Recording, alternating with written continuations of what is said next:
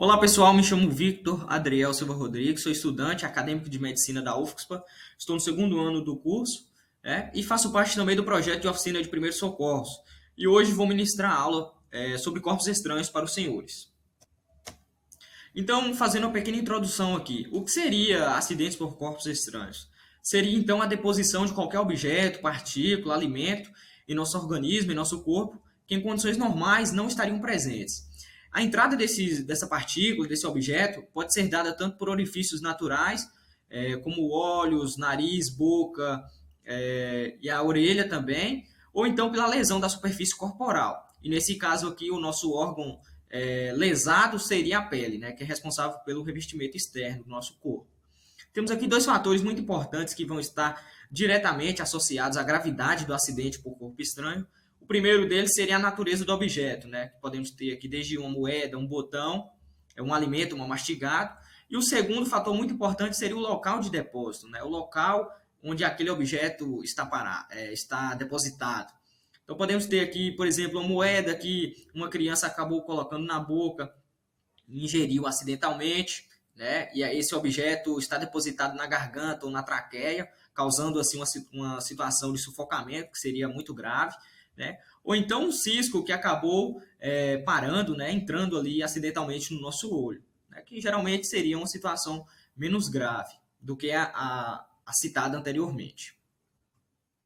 Esse slide aqui, então, trazendo, elencando aqui os tópicos que vão ser abordados, né? No primeiro momento, vamos falar sobre epidemiologia, né? Trazendo aqui um pouco de dados, as situações mais rotineiras que acontecem, né? E no segundo momento, vamos tratar sobre as particularidades, né? Então, acidentes por corpos estranhos na garganta, nos olhos, na orelha, no nariz. E no último momento, fechando a apresentação, então, falando um pouco mais sobre prevenção, né? Como reduzir as chances, como prevenir, como evitar de que esses acidentes ocorram no nosso dia a dia. Então, nesse slide aqui, trazendo os dados, como eu tinha falado anteriormente. Então, o primeiro estudo aqui é do SUS, né, do Sistema Único de Saúde, que capturou alguns dados, né? De 2009 a 2019, o número de mortes por engasgo notificados em crianças de 0 a 9 anos de idade aqui no Brasil foi de 2.148 óbitos. Desse total de mortes, 72% foram em bebês, na faixa etária ali menor do que 1 ano de idade, e 21% foram em crianças de 1 a 4 anos de idade. Outro dado muito importante que eu consegui pesquisar também é que diz que 59% das consultas em urgências oftálmicas são por corpos estranhos. Esses dois dados, então, revelam para a gente a importância, né, de sabermos mais e como também lidar diante de uma situação de acidentes por corpos estranhos. Então, nesse slide aqui, falando um pouco sobre os primeiros passos que devem ser tomados, né?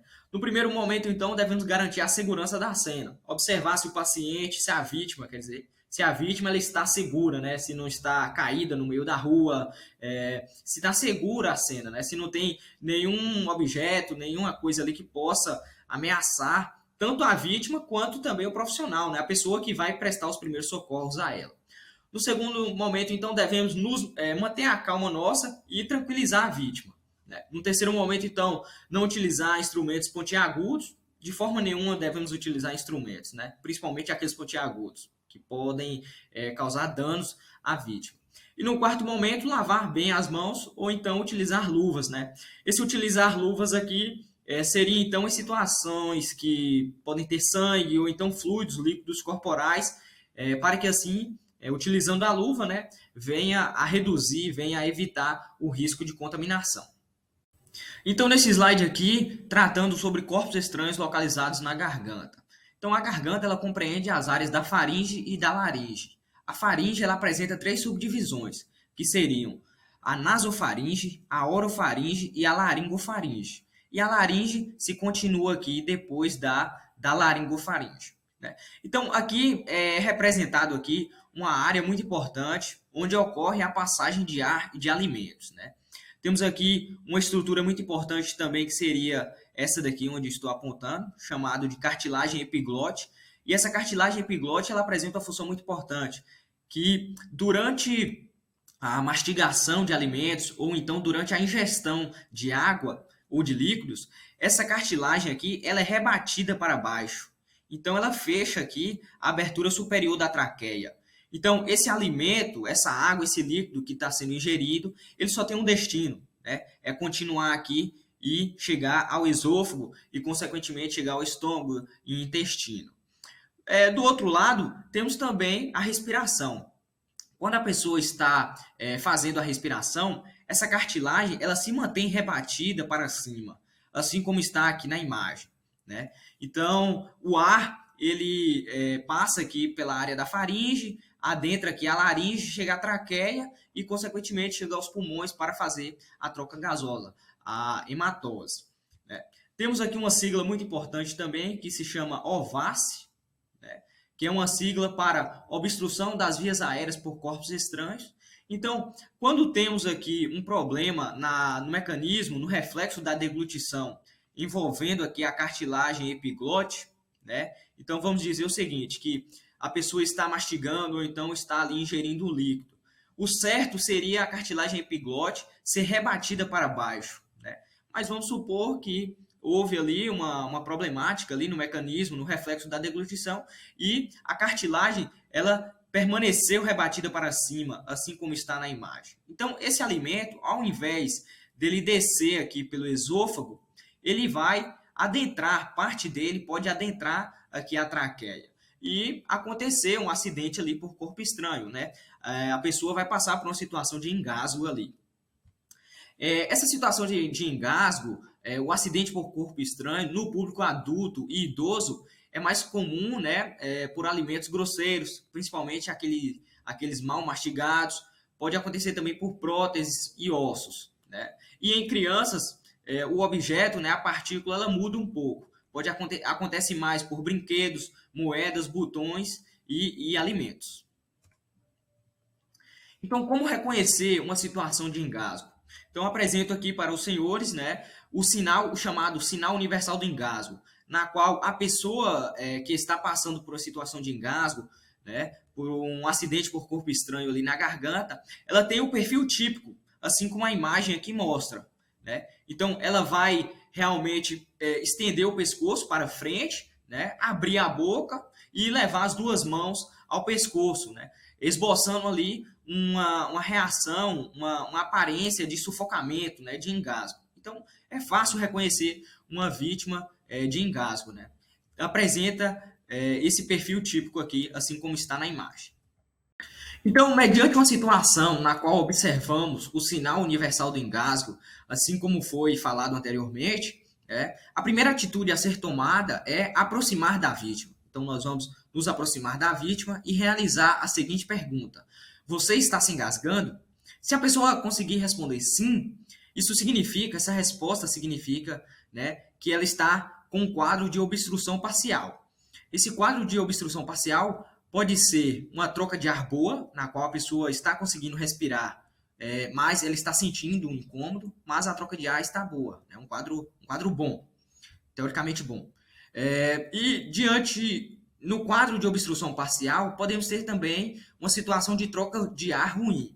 A troca de ar ruim ela é manifestada através de estridores respiratórios. Seriam, então, ruídos respiratórios, né? Então, durante a respiração ali, essa passagem de ar vai provocar ruídos, estridores respiratórios. Se a pessoa, diante da pergunta você está se engasgando, se ela não conseguir responder, isso vai significar uma obstrução total, né? Esse quadro de obstrução total significa que a troca de ar ela está inexistente, ela não está ocorrendo, né? Seria aqui um quadro mais grave. Então, tanto a obstrução parcial com a troca de ar ruim e os estridores respiratórios e um quadro de obstrução total com a troca de ar inexistente, o paciente, a vítima, ela vai apresentar alguns sinais e sintomas, como cianose, que seria o azulamento das extremidades dos dedos, dos lábios e da orelha. Temos também palidez e, se o quadro de engasgo não for desfeito rapidamente, aquela vítima, aquela pessoa, ela pode perder a consciência também. Esse slide aqui tratando sobre condutas, o que deve ser feito. Então, diante de um quadro leve, né, na qual a pessoa ela está com obstrução parcial, mas a troca de ar está boa, então ela está conseguindo respirar, mesmo com aquele incômodo, devemos falar para a vítima ela tossir, né, até que aquela situação de engasgo seja desfeita naturalmente. E diante de um quadro grave, na qual a pessoa está com obstrução parcial com estridores respiratórios, então a troca de ar ela está com uma certa dificuldade, né? Ou então um quadro de obstrução total, na qual a troca de ar ela não está acontecendo, devemos proceder com a manobra de Hennig. Então, o que seria essa manobra de Hennig? Como deve ser feita? Né? Então, é uma manobra que a gente faz para desfazer, né, a situação de engasgo. Então, a primeira coisa é nos posicionar atrás da vítima. Né? Então, vai se posicionar atrás da vítima. A segunda coisa a saber é a posição das mãos, onde colocar as mãos. Então, temos aqui o tórax da vítima, né? Aqui as costelas, aqui o osso externo que vai unir as costelas. No final desse osso aqui, temos um processo chamado processo chifoide. Estou apontando aqui agora. E aqui embaixo, meio avermelhado, é a cicatriz umbilical, o umbigo da pessoa, né? Então, as mãos elas devem ser posicionadas nessa área aqui, entre o processo chifoide e a cicatriz umbilical. Então, nessa área aqui. A segunda coisa a saber é a ordem das mãos. Então, a mão dominante ela deve estar em contato com a barriga, com o abdômen da vítima. E a mão não dominante deve cobrir, né, essa mão dominante. A terceira coisa a saber é o movimento, né? Como fazer o movimento. Então, o movimento ele parece muito com o formato da letra J. Então, devemos fazer aqui um movimento de fora para dentro e de baixo para cima. Repetindo, é muito parecido com a letra J, com o formato da letra J. Então, o movimento é feito de fora para dentro e de baixo para cima. Então, caso a vítima fique inconsciente, né, durante as manobras de Hennig ali, devemos imediatamente parar com a manobra de Hennig e iniciar a manobra de RCP, que significa reanimação cardiopulmonar. E também, consequentemente, chamar o SAMU. Então, devemos parar a manobra de Hennig, iniciar a RCP, reanimação cardiopulmonar, e também ligar para o SAMU. Um detalhe muito importante também é o seguinte, que toda pessoa em que foi feita a manobra de Hennig, ela deve ser encaminhada ao hospital. Por quê? Como a manobra de Hennig ela é executada sobre uma área mole, né, na qual internamente passam algumas estruturas importantes, e é uma manobra muito brusca, muito violenta, essa manobra ela pode acontecer de lesionar alguma coisa internamente, né? Então, deve ser encaminhada para o hospital para checar ali se não houve nenhuma lesão a nenhum órgão interno. Outro detalhe muito importante, que é essa plaquinha que está proibido aí, é que de forma alguma devemos fornecer água, principalmente para aquelas pessoas que estão se engasgando, né? Então, vamos supor que a pessoa está se engasgando ali, não podemos de forma alguma fornecer água àquela pessoa, porque ao invés de ajudar, essa água ela pode ser aspirada, pode adentrar a traqueia, chegar aos pulmões e piorar o quadro de engasgo daquela pessoa. Então, apresentando aqui nesse slide casos especiais relacionados a corpos estranhos localizados na garganta. Então, no primeiro momento, vamos falar sobre vítimas obesas e gestantes. É característico, então, que essas vítimas elas apresentam um elevado volume abdominal. Portanto, as compressões da manobra de Hennig elas não devem ser executadas sobre o abdômen, sobre a barriga da vítima, mas sim sobre o terço final do tórax. E como basear, a gente vai utilizar a linha intermamilar. Então, temos aqui a caixa torácica, as costelas de um lado, as costelas do outro, unindo-as no centro, temos o osso externo. Devemos posicionar as mãos no terço final do tórax. De um lado aqui vai estar o mamilo, do outro também. Uma linha que une os dois é chamada de linha intermamilar. Então, devemos utilizar essa linha como base e apoiar sobre o terço final do tórax a nossa mão. A mão que vai realizar a compressão para a manobra de Hennig. Outro caso especial também são crianças, né? Aquelas crianças que são maiores de 1 ano ou menores relacionados à altura, menores do que o prestador de primeiros socorros.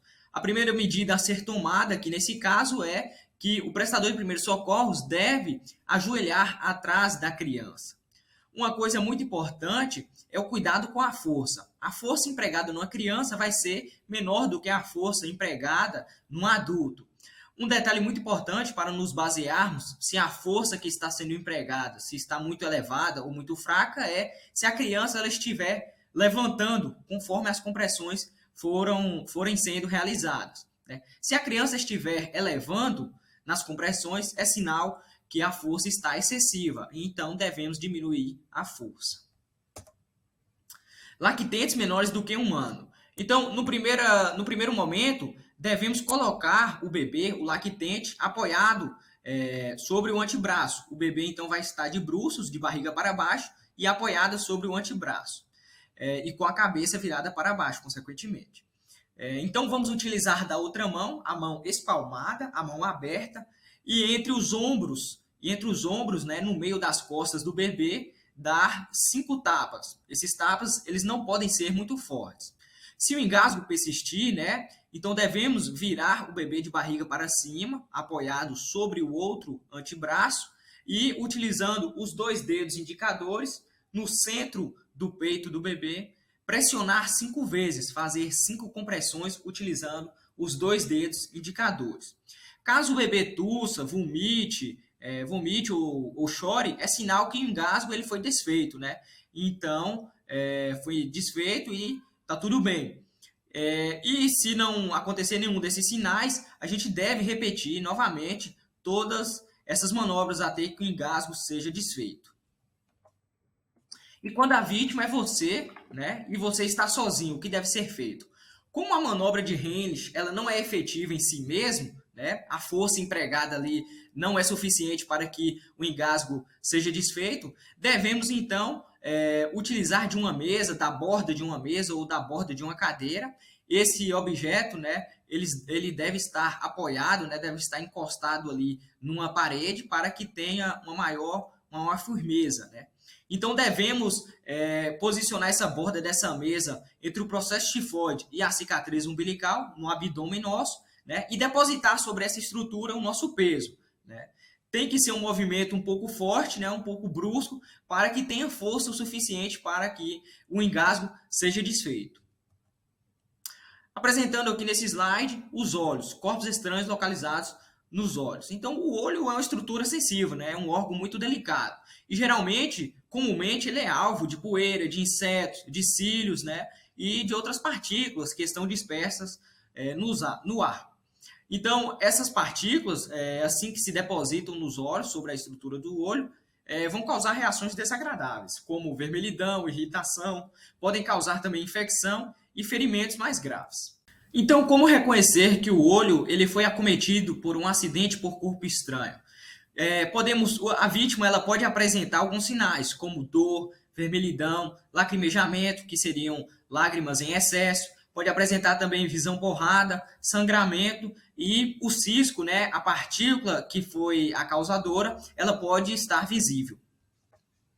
Então, as condutas, o que deve ser feito? No primeiro momento, então, devemos examinar a estrutura do corpo estranho e também localizá-lo, né? Olhar, ver em qual região ele se encontra.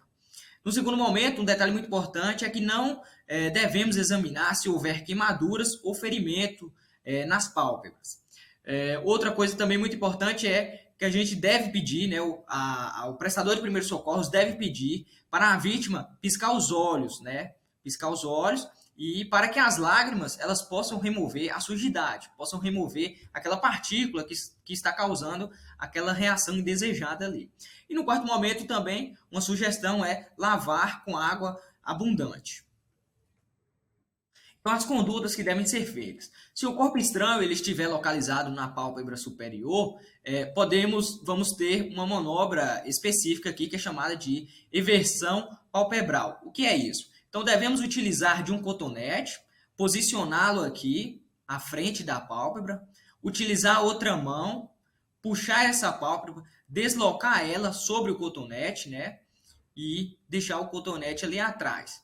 E com esse cotonete aqui, posicionado aqui atrás, a gente vai ter um maior campo de visão na pálpebra, né? Na pálpebra superior aqui no caso. E aí isso vai facilitar a nossa visão. Utilizando de outro cotonete, com a ponta umedecida, com o algodão umedecido, podemos pinçá-lo, né? Tentar tocar o cotonete na partícula que está causando, que é um corpo estranho, né? E o algodão umedecido ele vai conseguir aderir a esse corpo estranho e retirá-lo da pálpebra ali.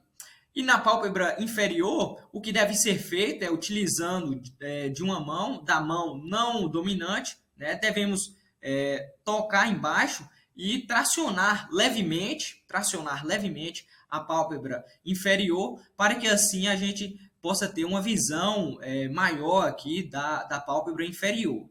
E se o corpo estranho estiver visível, devemos novamente utilizar de um cotonete com a ponta umedecida e tocar nesse corpo estranho. Como o cotonete está umedecido, esse corpo estranho ele vai se aderir ao cotonete, ao algodão, e aí ele vai ser retirado. Outras condutas que podem ser tomadas também, que podem ser utilizadas, principalmente se o olho for acometido de líquidos, né? Por exemplo, um líquido caiu no olho, respingou no olho, é lavar o nosso rosto, lavar o olho com água abundante, né? Posteriormente à lavagem, podemos utilizar uma gaze para cobrir o olho, né, e isolá-lo ali. E encaminhar a vítima, né, a vítima que sofreu o acidente, a um atendimento hospitalar. Ressaltando aqui alguns detalhes. Não devemos utilizar pinças, objetos pontiagudos, papel, materiais abrasivos e também não devemos assoprar e também não devemos esfregar.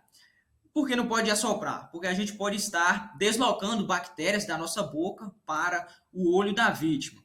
E não devemos esfregar porque o corpo estranho ele pode ter bordas irregulares, né? E esfregando a gente vai promover ali um maior atrito contra a superfície do olho. E isso pode causar lesões e, posteriormente, até infecções no olho.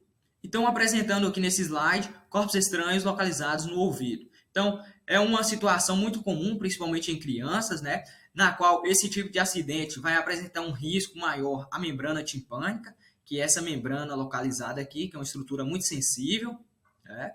E a gravidade relacionada ao acidente por corpo estranho vai depender muito da natureza do objeto, né? E também é uma área, né, muito comum, uma área muito acometida pela entrada de insetos, principalmente durante a noite. Então, como reconhecer uma vítima de acidente por corpo estranho? Geralmente a vítima ela vai acusar dor, sangramento, inflamação, vermelhidão, uma diminuição da audição. Ela pode apresentar também zumbido, surdez e o próprio corpo estranho ele pode estar visível, né? Então, na situação de insetos, o que deve ser feito se o corpo estranho for um inseto? O inseto, então, ele tem uma capacidade importante, né, uma característica importante, que ele é atraído pela luz. Então, o que a gente pode fazer é posicionar uma lanterna fora aqui do pavilhão auricular, né, fora da orelha, né, de certa forma que esse inseto ele pode se sentir atraído pela luz e caminhar para fora do ouvido, né? Podemos também utilizar óleo ou água, né? De certa forma, um dos óleos que podem ser utilizados é o azeite de oliva, né? Podemos pegar uma gota ali de óleo, de água, pingar dentro do pavilhão, dentro do ouvido, né? E inclinar essa cabeça também a favor da gravidade, inclinar a cabeça para o lado afetado, né? E esse óleo, essa água, ele vai diminuir o atrito, né? Diminuir o atrito entre um inseto, entre o corpo estranho e o canal auditivo. E esse corpo estranho, ele tem uma maior chance de ser retirado dali, né? De sair dali. Caso essas manobras, caso essas condutas não sejam efetivas, devemos falar para a vítima, né, encaminhar a vítima a um atendimento médico especializado. Se o objeto ele for móvel, o que deve ser feito é inclinar a cabeça para o lado afetado. Juntamente à inclinação, podemos também tracionar o pavilhão auricular, né? De certa forma que o canal auditivo ele se alargue um pouco e esse objeto ele possa ser removido ali com essas manobras. Caso essas condutas não sejam efetivas, devemos encaminhar a vítima a um atendimento médico especializado. Uma característica muito importante aqui que deve ser falada é que não devemos utilizar, em hipótese alguma, pinças e objetos pontiagudos, porque esses materiais eles podem ferir a estrutura interna do ouvido, né? Ou então acabar empurrando ainda mais para dentro, né, aquele objeto que a gente tem interesse em retirá-lo dali.